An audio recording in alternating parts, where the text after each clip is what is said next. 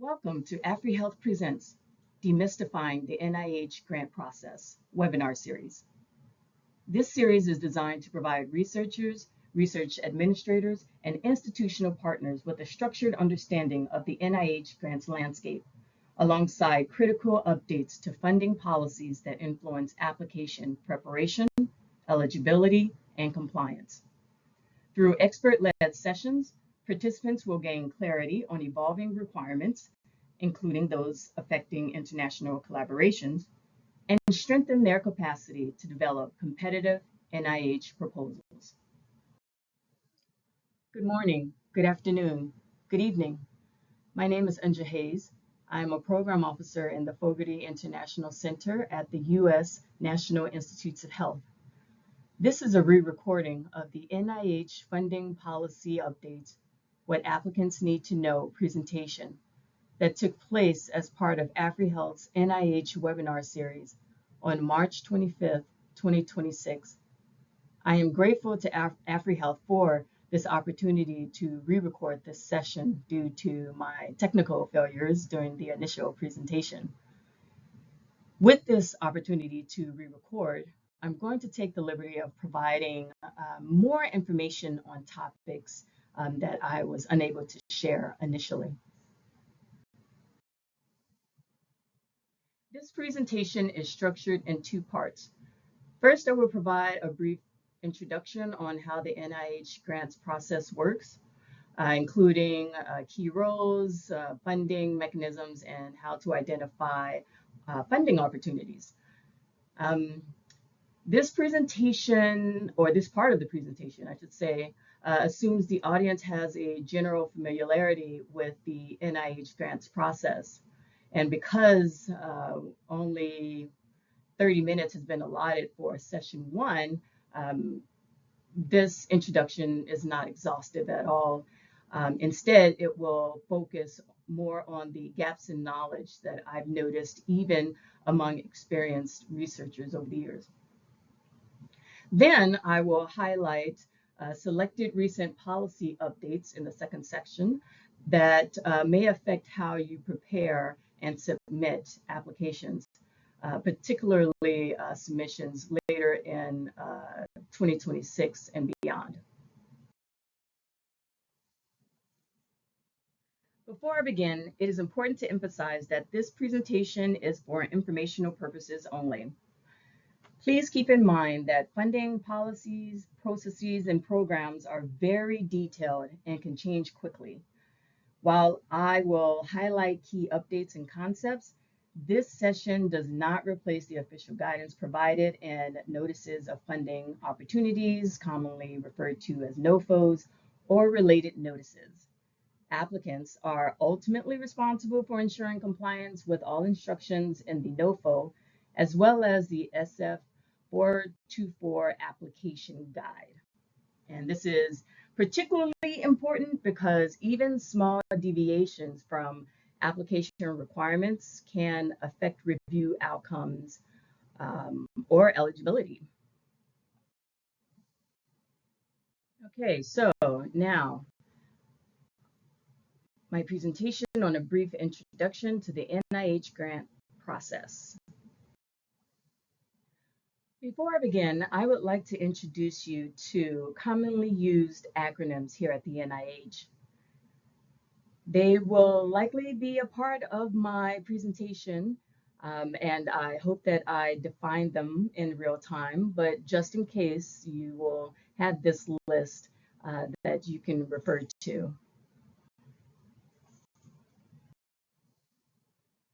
In its role as a steward of American taxpayers' dollars for medical and behavioral research, NIH supports science in pursuit of fundamental knowledge about the nature and behavior of living systems, and the application of that knowledge to extend healthy life and reduce illness and disability.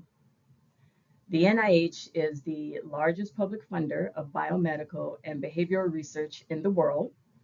More than 80% of its budget each year supports the extramural research community at over 2,700 universities, hospitals, and research institutions around the world. And about 10% of its budget supports intramural research by NIH scientists at NIH research facilities. So the NIH is composed of 27 different institutes and centers that conduct and coordinate biomedical and behavioral research. And of these 27 ICs, only the top 24 presented here have the authority to fund extramural research. Each of these ICs has a distinct mission that focuses on a specific disease area, organ system, or stage of life. They each have their own funding allocation, research funding priorities, and ways of deciding which grants to fund. So understanding which IC aligns with your research is a critical early step in the application process. And something I want to point out is that many of the ICs support global health research. So there are three types of NIH officials who will support you as you navigate your research and career paths. First, you have the program officer who provides scientific and programmatic guidance. So they help you with the grant and application process, your research proposals, and even your career development plan. They can provide assistance in determining the best funding opportunity or NOFO for your research topic. And the best time to contact them within this cycle that's presented here on this slide is before submission of your application and after receiving your summary statement, which is the feedback that you receive once your application has been reviewed. So something I want to emphasize is that early on in your planning phases, that is the best time to reach out to your program officer. The second individual is the scientific review officer who manages the peer review process. They can address any general questions you may have about review or the review meeting for your application once it has been submitted. There's usually not much interaction between the SRO and applicants beyond emails. The SRO sends to update applicants on important dates related to the review of their applications.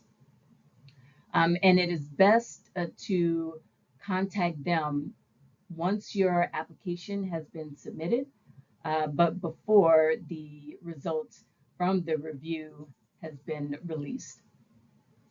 Then lastly, you have the grants management specialist or officer, and they handle funding and compliance issues during the award phase. So when your application is selected for funding, they solicit what's called just-in-time materials, which are additional documents and information that's needed before your application can be officially funded. They also manage the annual release of funds for multi-year grants. So engaging the right contact at the right time can help you navigate the various stages of the grant cycle. But if you're ever in doubt of who to contact, I recommend reaching out to the program officer and they can refer you to the others if needed. NIH offers funding opportunities across all career stages and research needs. These include training grants, career development awards, and research project grants. There are also larger collaborative mechanisms such as program project grants and cooperative agreements. And it is essential to carefully review eligibility criteria for each mechanism to ensure alignment not only with your career stage, but also institutional context. For example, not all NOFOs will accept applications from non-US institutions.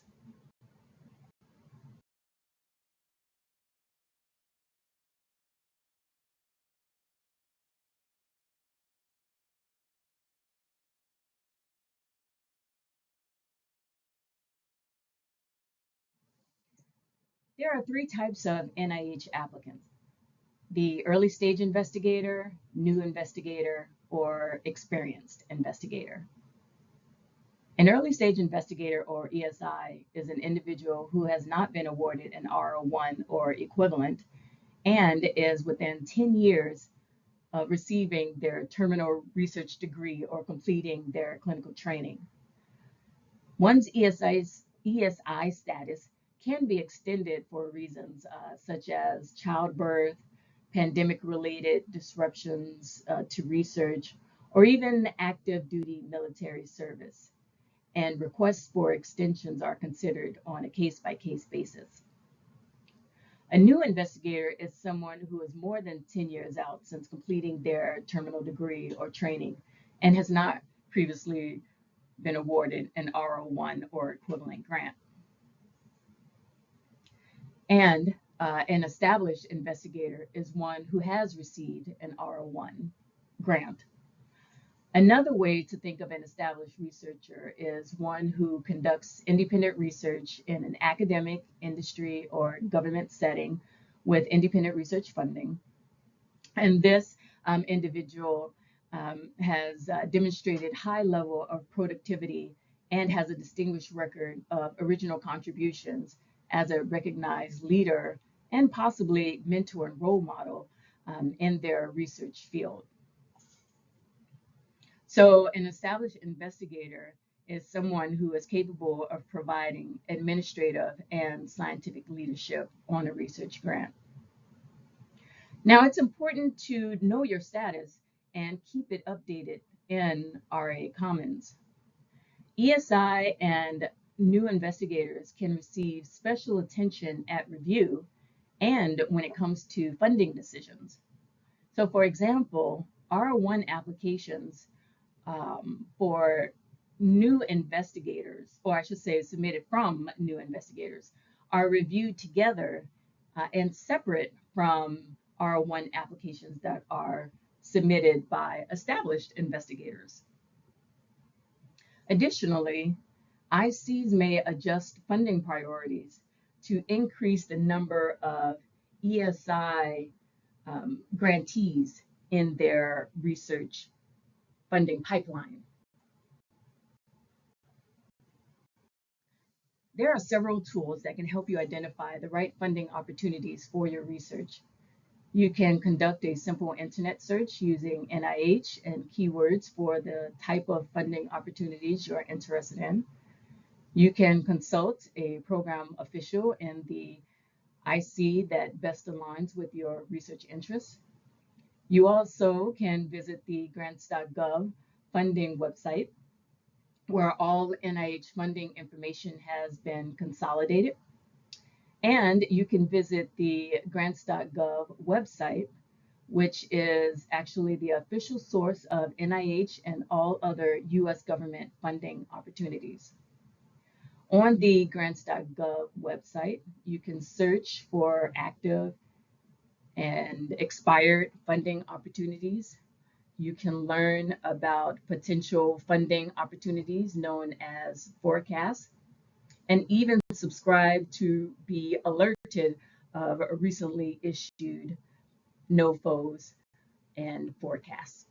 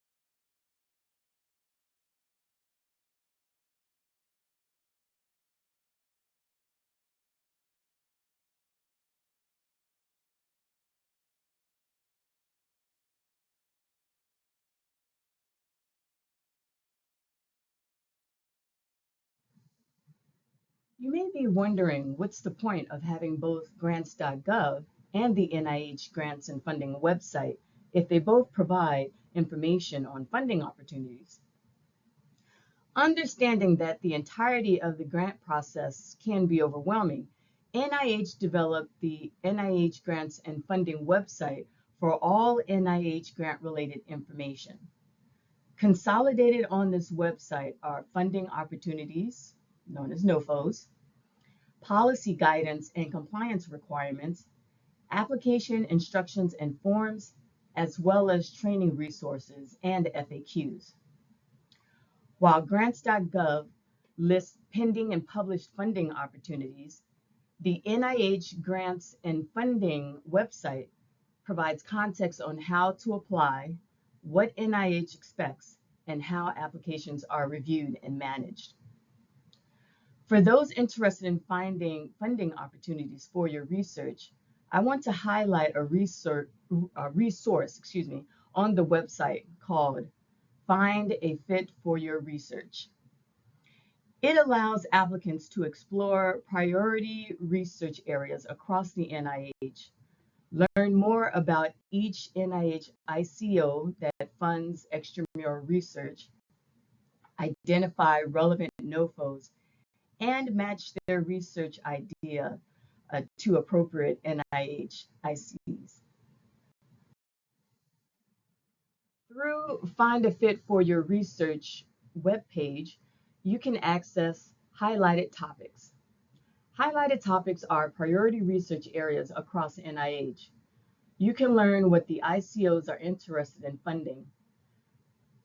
Highlighted topics are not the same as NOFOs. HTs, or highlighted topics, only communicate interest.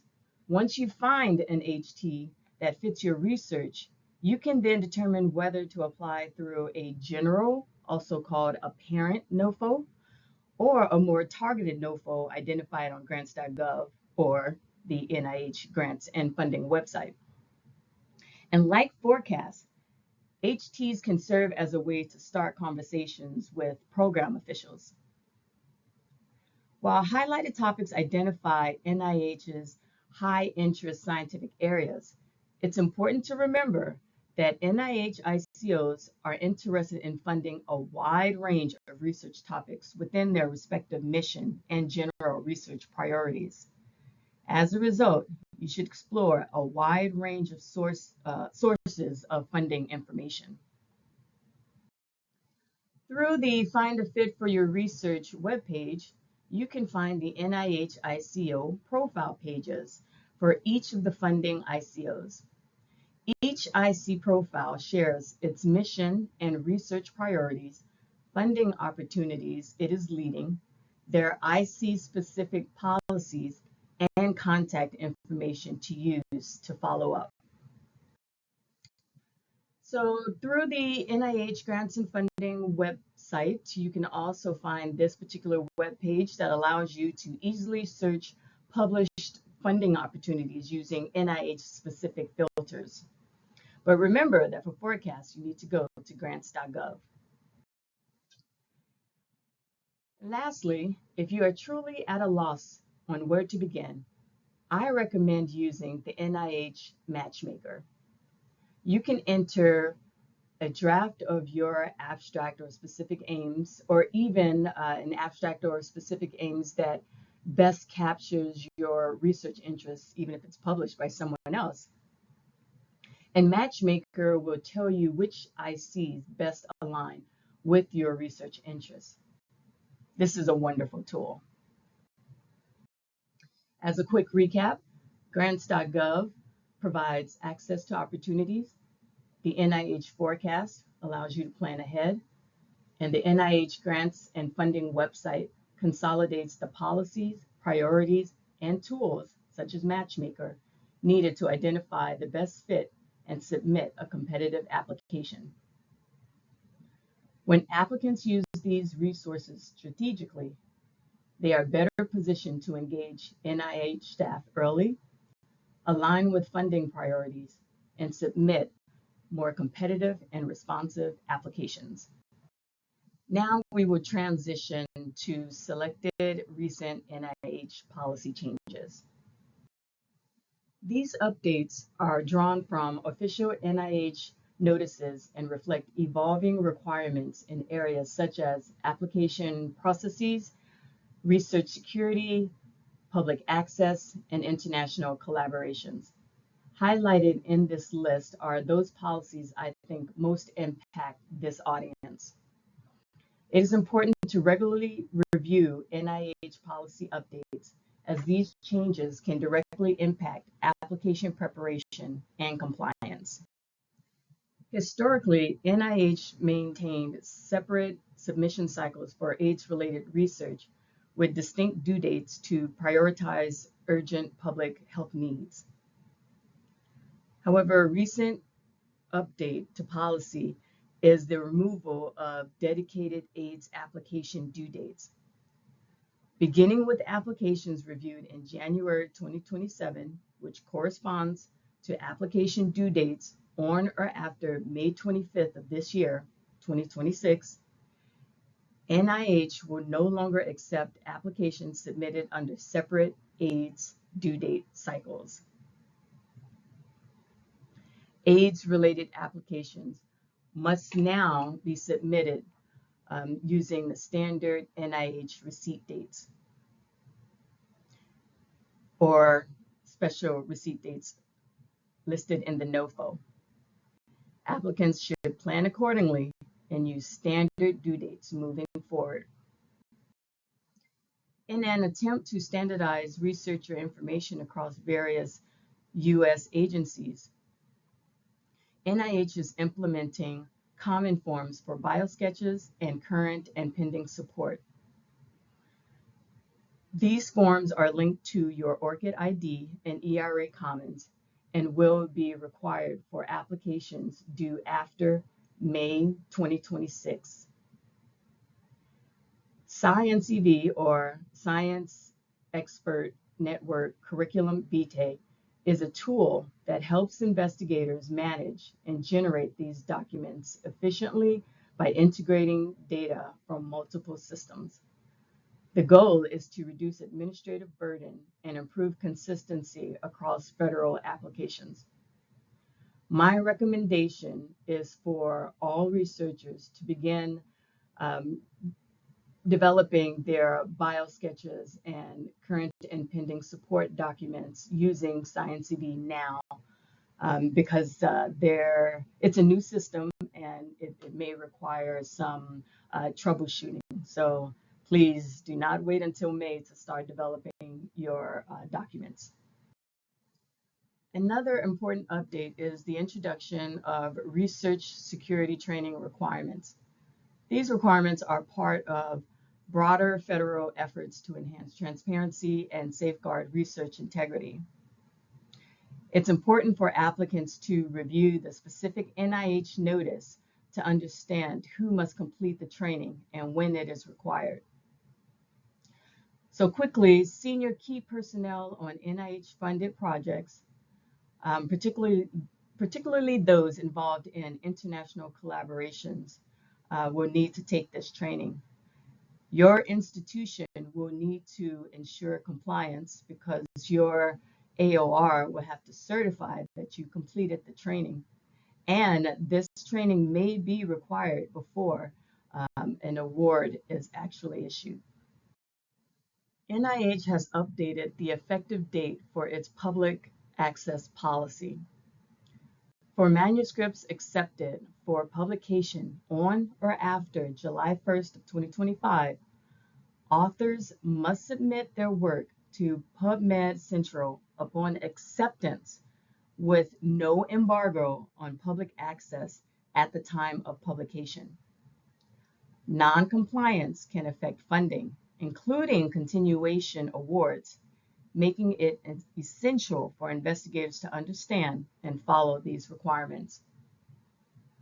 And here in orange on this slide are examples of compliant as well as non-compliant papers submitted to PMC.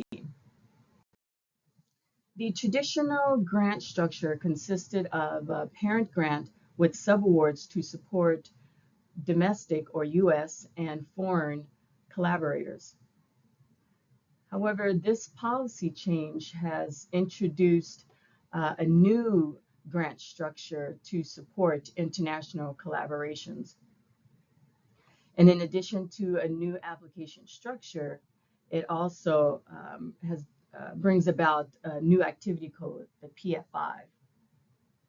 And these changes are designed to improve tracking of federal funds and oversight of foreign components. Importantly, primary applicant organizations must be U.S. based, and eligibility requirements must be carefully reviewed for each funding opportunity. So the PF5 RF2 award structure has been created to support collaborative international research projects, and it consists of various components. You have the overall component, the research project component, and international project components.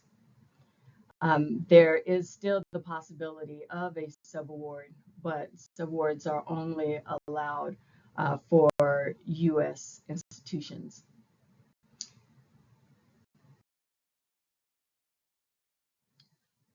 So again, the PF5 RF2 Collaborative International Research Project application will consist of multiple components that will be submitted as one application. It will undergo peer review as one application, and it will undergo the second level of review at council as one application. However, should it be selected for funding, the application will be disaggregated into the PF5 and linked RF2 grants. So the PF5 will be awarded to the US-based institution, and the linked RF2 grants will be awarded to the international collaborating institutions. As a result, it is important for the RF2 recipient institutions to have all of the necessary regulations and certifications required for it to receive and maintain an NIH grant. Please note that when it comes to reporting, the parent award, or the PF5, will be responsible for the annual reporting of the grant progress. So the RPPRs will be the responsibility of the PF5 recipient. However, when it comes to financial reporting, the PF5 and its linked RF2 grants will be responsible. And there will be additional webinars and FAQs published to help applicants understand how to put together a PF5 application and how to address reporting and things of that nature. Lastly, I would like to highlight a recently released notice, which is a request for information, or RFI. NIH is developing a strategic plan for fiscal years 2027 through 2031. A request for information process invites input from global stakeholders, those being researchers, institutions, and the public, and it helps NIH identify emerging scientific opportunities as well as gaps. And this process is your chance to influence NIH priorities and future funding directions. So the RFI is currently open, and responses are due by May 16, 2026. So I strongly encourage everyone to participate. Let us know what you're thinking. Before I end, I just want to make you aware that the following 6 slides provide tips on how to read an NIH funding opportunity, or NOFO. So thank you so much for your time. I hope the information provided was helpful. And please note that, as I mentioned in the beginning, this presentation assumed a certain level of familiarity with NIH and the NIH grant process. So should you have follow-up questions, I am happy to answer them. Please feel free to just shoot me an email. Until next time.